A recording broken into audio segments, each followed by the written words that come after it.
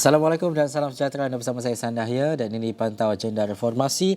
Kita bercakap dalam konteks berita dan juga diskusi penting, terutamanya untuk melihat antara perkara-perkara asas dan juga perkara-perkara penting yang sedang dan terus dilakukan oleh kerajaan khususnya dalam agenda reformasi. Tapi sebelum itu, Suruhanjaya Pilihan Raya SPR sudah dimaklumkan mengenai pembubaran Dewan Undangan Negeri Dun Kelantan esok bagi memberi laluan kepada Pilihan Raya Negeri dalam tempoh 60 hari.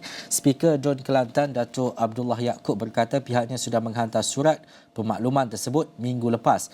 Katanya kepada bernama surat pemakluman berkenaan mengenai pembubaran Dun Kelantan pada 22 Jun telah dihantar ke SPR pada 14 Jun. Rabu lepas, Menteri Besar Dato' Ahmad Yaakob memaklumkan Dun Kelantan yang mempunyai 45 kerusi akan dibubarkan esok selepas mendapat perkenan Sultan Kelantan Sultan Muhammad Kelima. Dan PAS menguasai Dun Kelantan dengan 37 kerusi, Barisan Nasional 7 dan Bersatu 1.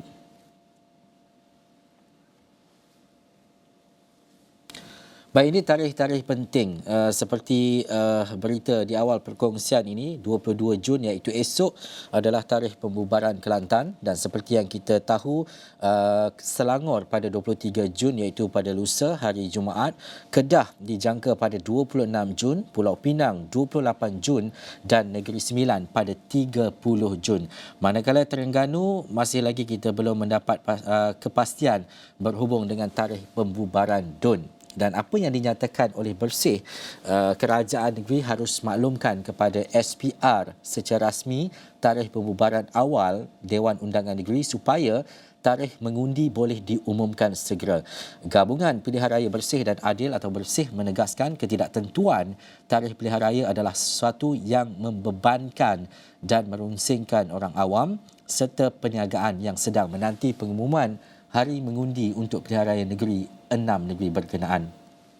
Dan untuk 6 negeri memilih reformasi pilihan raya, saya bersama dengan Thomas Fan, pengerusi Bersih 2.0 menerusi dalam talian ketika ini. Assalamualaikum Encik Thomas. Salam sejahtera. Salam sejahtera. Ya. Pertama sekali, Bersih hari ini ada mengeluarkan kenyataan terutamanya untuk tarikh pilihan raya negeri itu mungkin dimaklumkan ataupun disegerakan, terutamanya melibatkan SPR. Sekali lagi untuk mungkin pertanyaannya, kenapa pentingnya untuk SPR dan tarikh-tarikh penting ini diumumkan lebih awal kepada pengundi, terutamanya kepada negeri yang akan melalui pilihan raya negeri ini? Ya, terima kasih. Ya, biasa kita tahu itu speaker negeri akan tunggu selepas pembubaran DUN mereka sebelum mereka memaklumkan secara rasmi kepada SPR. Tapi kita tahu macam hari ini kita dapat tahu speaker Kelantan sudah maklumkan secara rasmi kepada SPR hari ini walaupun DUN mereka belum bubar. Akan dibubarkan esok hari. So kita tahu ini boleh dilakukan kalau semua negeri-negeri mereka bekerjasama, mereka boleh maklumkan kepada SPR secara rasmi sebelum pembubaran DUN mereka supaya SPR dengan surat rasmi dari negeri-negeri, mereka boleh tentukan tarikh lebih awal untuk pilihan raya 6 negeri ini. Kalau orang tahu lebih awal, kita tahu mereka boleh buat kesediaan orang-orang yang dalam perniagaan atau orang media atau orang seperti kita yang memantaukan pilihan raya boleh buat kesediaan lebih awal dan lebih baik untuk tugas-tugas kita. Mr. Thomas, ini penting juga apabila kita mungkin menjangkakan dan seperti yang kita tahu pilihan raya negeri ini mungkin diadakan serentak ke enam negeri berkenaan. Ada kemungkinan untuk kita melihat pilihan raya itu diadakan berasingan, Mr. Thomas? Saya rasa dari segi pelaksanaan pilihan raya pilihan SPR ialah mereka lebih minat kalau serentak, kerana mereka boleh susunkan tugas-tugas mereka di semua negeri secara serentak dan lebih sesuai. Dan dari segi orang awam juga, kita tak nak tiap-tiap minggu ada satu pilihan raya di negeri sini, negeri sana, dan politik yang tidak henti-henti selama 4 minggu atau 6 minggu. Tapi kalau serentak, kita tahu ini macam satu mini PRU di mana kita dalam satu hari, dalam satu kempen, kita boleh buat kepastian pilihan kita dan habiskan pilihan raya ini. So dari segi SPR dan juga orang awam, saya rasa tidak kemungkinan lah berasingan kita ada beberapa tarikh yang tak sama untuk pilihan raya negeri ini.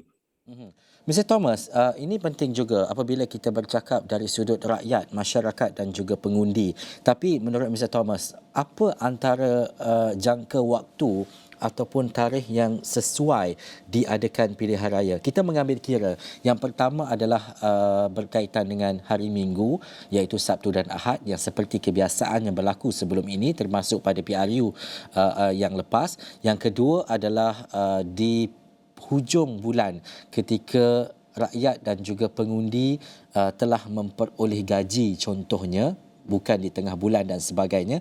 Tetapi menurut Bersih dan juga Mr. Thomas, bagaimana untuk kita melihat kepada pertimbangan yang wajar untuk diadakan tarikh hari pengundian itu?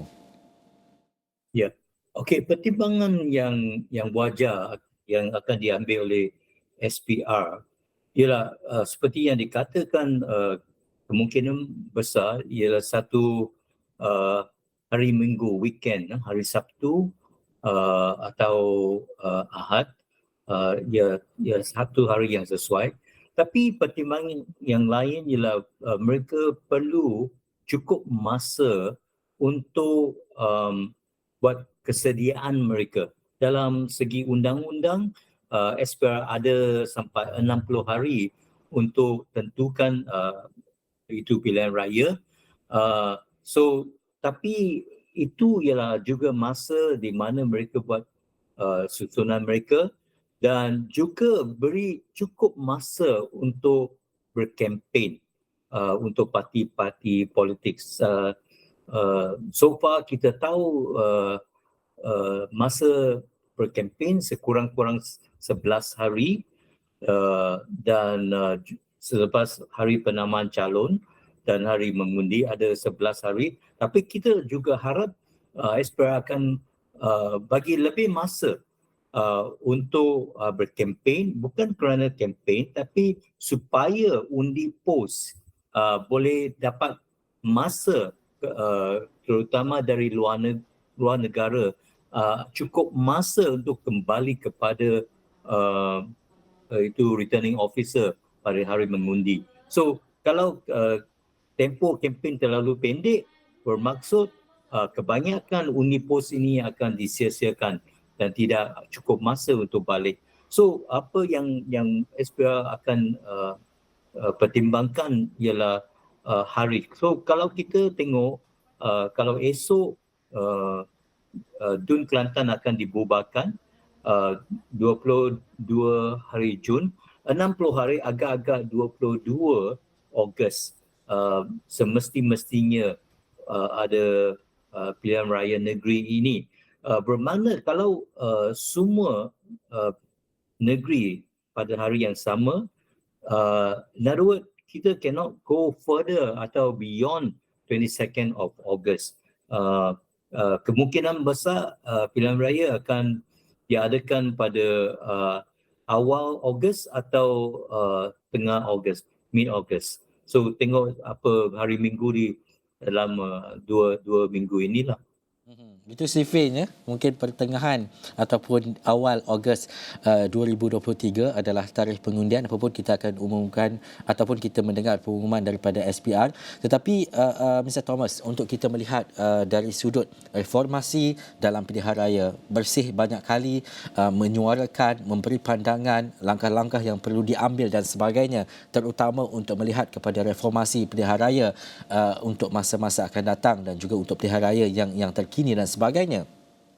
Tapi kalau kita bercakap berkaitan dengan integriti dalam proses pilihan raya di Malaysia, bagi Mr. Thomas sendiri, apakah wujud isu-isu besar lagi berkaitan dengan integriti dalam proses pilihan raya di Malaysia ini? Ya, kita selama ini memantaukan pilihan raya umum dan negeri dan juga pilihan raya kecil, dan kita boleh kata ada penambahan baik dalam proses dan transparansi di mana pilihan raya dijalankan berbanding dengan dulu di mana ada banyak perkara yang risaukan orang awam dan kita juga, tapi sekarang kita tak dengar banyak calon-calon atau parti yang buat aduan tentang tidak keadilan SPR atau proses yang kotor. Kerana memang saya percaya dengan tekanan dari orang awam dan NGO seperti kita dan dapat feedback dari kita juga, SPR sudah ada tambah baik. Tapi apa yang lagi kelemahan yang kita nampak ialah kesalahan pilihan raya, itu election offences. Masih berlaku penjamuan, pemberian duit dan semua itu kesalahan dalam Akta Kesalahan Pilihan Raya Election Offences Act. Tapi apa yang kita nampak ialah tidak ada tindakan untuk apa yang dibuat salah. Tindakan dari SPR tak ada, tindakan dari SPRM pun tak ada, tindakan dari PDRM pun tak ada. Dengan itu, dia mengalahkan satu budaya di mana calon-calon yang nak jadi wakil rakyat bermulakan kerja mereka, kerja jaya mereka dengan kesalahan, So kita harap satu yang reformasi yang kita nak nampak ialah itu Akta Kesalahan Pilihan Raya diupdatekan. Akta ini ialah dari tahun 1954. Dan banyak perkara yang disebut dalam tu tidak lagi makna tak sama atau sikit keliru.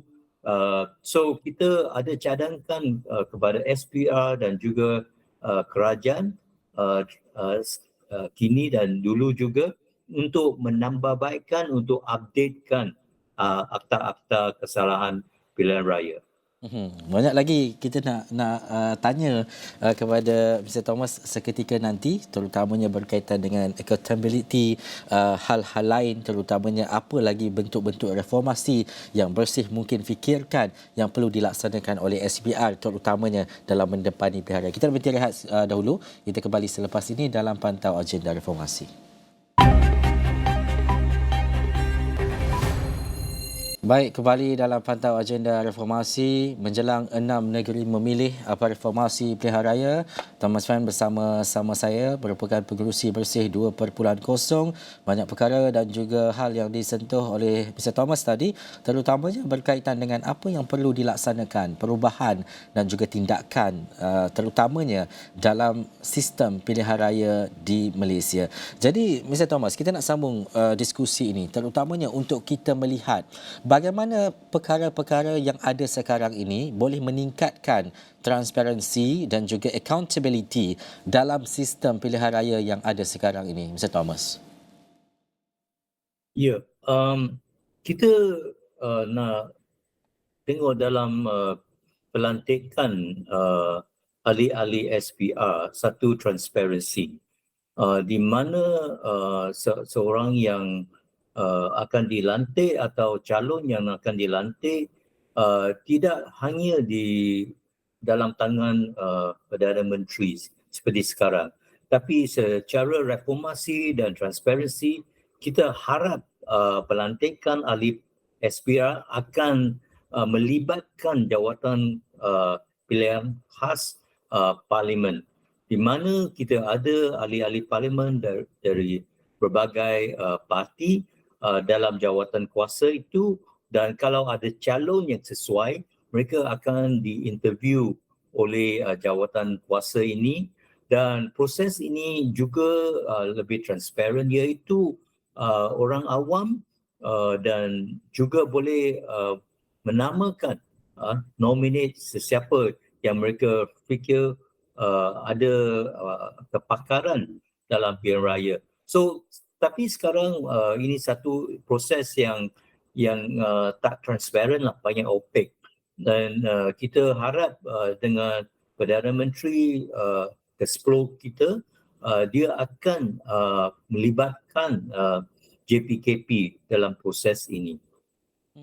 Mr. Thomas, apabila kita bercakap berkaitan dengan kebebasan dan juga peranan terutamanya untuk memperkuatkan SPR dan sebagainya, mungkin banyak cadangan-cadangan dan juga langkah-langkah yang perlu diambil. Tapi dalam konteks ini, bagaimana Mr. Thomas melihat kepada pengaruh dan juga kebebasan dalam SPR itu? Ya, itu memang satu kerisauan kita, kerana dari segi undang-undang, kuasa Perdana Menteri dalam pelantikan ahli-ahli SPR memang ultimate. Tidak ada orang lain yang boleh campur tangan. So dengan itu, tak kira sama ada Perdana Menteri atau kerajaan semasa ada campur tangan dalam proses pilihan raya, orang ramai umum dan orang dari pembangkang akan tuduh kerajaan kalau mereka tidak puas dengan apa yang dilakukan, tarikh yang dipilih, proses yang digunakan, keputusan yang dikeluarkan. Mereka akan buat tuduhan kepada eksekutif Perdana Menteri. Oleh itu, kita cadangkan secara satu reformasi yang mendalam, kuasa Perdana Menteri disekat atau dikeluarkan, iaitu satu proses yang melibatkan parlimen dari beginning to the end, supaya orang tidak boleh buat ketuduhan ini. Dan kita juga mahu satu perubahan di SPR, di mana tugas untuk membuat persempadanan semula bukan dalam tangan SPR, tapi satu agensi yang baru, yang independen, yang bebas, supaya mereka boleh tentukan sempadan mengikut perlembagaan persekutuan kita, bentukkan sempadan yang adil kepada semua parti. Tapi setakat ini banyak parti, termasuk kerajaan sekarang yang dulu pembangkang, ada buat tuduhan kepada SPR. Persempadan semula memang tidak adil, dan itu memang benar pada kita juga. So reformasi yang lebih dalam supaya SPR lebih independen, dan lagi satu yang penting ialah kita perlu beri SPR kuasa semasa pilihan raya untuk keluarkan saman, compound fine kepada siapa yang buat kesalahan on the spot. Seperti kalau kita pandu kereta terlalu laju atau tidak pakai seat belt, polis ada kuasa untuk keluarkan saman kepada kita. Tapi SPR yang dalam perlembagaan kita ialah tugaskan sebagai diberi mandat untuk menjalankan pilihan raya, satu proses demokrasi yang amat penting, tidak ada kuasa. Walaupun dia nampak kesalahan di depan mereka, dia tidak ada kuasa untuk keluarkan saman. So ini ialah satu perubahan yang penting yang kita harap kerajaan ini akan memulakan. Mr. Thomas, ini kita nak panjangkan sikit. Apabila Mr. Thomas bercakap berkaitan dengan saman kesalahan yang dilakukan di depan mata, contohnya yang melibatkan di depan mata SPR, tiada kuasa untuk mengeluarkan saman dan juga tindakan dan sebagainya. Tetapi kalau dalam keadaan sekarang sebenarnya, kalau ada kesalahan-kesalahan seperti itu yang mungkin dapat dilihat dan sebagainya, ke mana kesalahan ini dibawa dan perlu diadili ataupun dikenal pasti? Bagaimana prosesnya untuk sekarang ini, Mr. Thomas? Ya, soalan yang baik. Terima kasih. Ya, so bagi undang-undang sekarang, memang kalau seorang nampak satu kesalahan, contoh rasuah, beri wang untuk beli undi, apa yang perlu dilakukan bukan pergi ke SPR buat aduan, tapi buat aduan kepada SPRM, MACC atau polis yang ada kuasa untuk menyiasat sama ada kesalahan dalam akta pilihan raya, akta kesalahan pilihan raya atau tidak. So buat report kepada polis atau SPRM.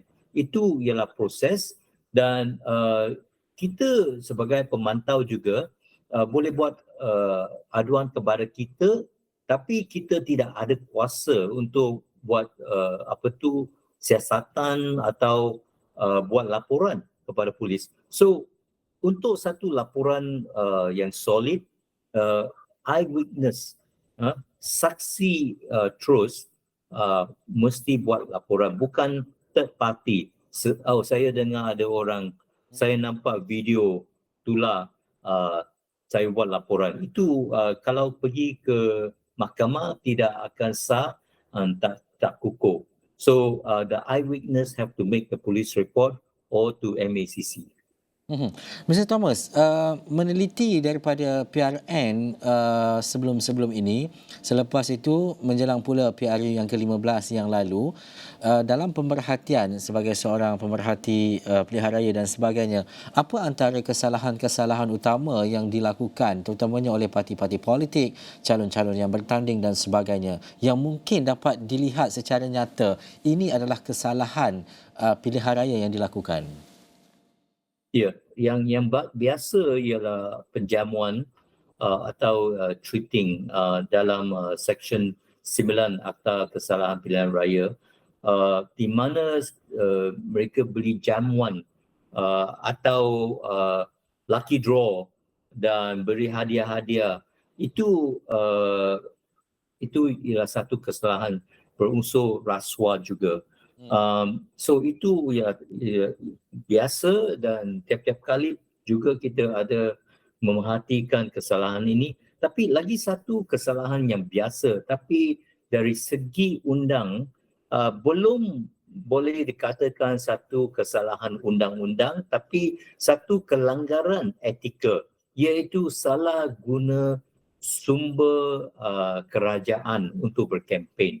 Iaitu kerajaan yang semasa gunakan kuasanya dalam pilihan raya untuk pikat hati pengundi. Mereka guna machinery kerajaan untuk melaksanakan program kerajaan di kawasan pilihan raya. Menteri-menteri turun padang pada masa itu, kata tu sebagai menteri, tapi jelas kepada orang ramai yang saksikan ini ialah percubaan untuk beli undi atau memikat hati atau announcement of peruntukan allocation pada masa itu. Ini satu kesalahan dari segi langgaran etika, is unethical. Kerana kalau pembangkang mereka tidak ada kuasa ini untuk memikatkan hati dengan sumber-sumber kerajaan. Tapi sekarang politik ialah tidak kira sama kerajaan atau pembangkang negeri, mereka mungkin ialah kerajaan persekutuan. So everyone has a taste of being in government and also to abuse state resources. Ini antara isu penting juga yang kita suarakan, yang Mr. Thomas suarakan. Walaupun ia agak isu yang tabu dan juga agak tricky sikit apabila kita bercakap berkaitan dengan etika dan sebagainya, tetapi kita kena faham berkaitan dengan isu-isu ini seperti menggunakan dana kerajaan contohnya, menggunakan dana-dana tertentu untuk melakukan sesuatu. Ini bukan isu pendanaan politik, sebab pendanaan politik itu adalah isu lain yang terutamanya melibatkan politik, tetapi ini adalah isu-isu berkaitan dengan etika sekiranya seseorang itu mempunyai kuasa dalam sesebuah kerajaan dan sebagainya. Baik, terima kasih Thomas Mann atas perkongsian itu tadi. Sebenarnya saya ada satu lagi soalan, tapi itu saja waktu yang kita ada. Tetapi kita akan sambung sebab perjalanan untuk pilihan raya negeri untuk 6 negeri ini akan bermula pastinya esok, dan juga kita akan tanya-tanya bila sebenarnya SPR akan mengumumkan tarikh-tarikh penting sempena 6 negeri memilih. Baik, itu saja waktu yang kita ada. Sekian pantau agenda reformasi. Saya Sanaya. Assalamualaikum dan jumpa lagi.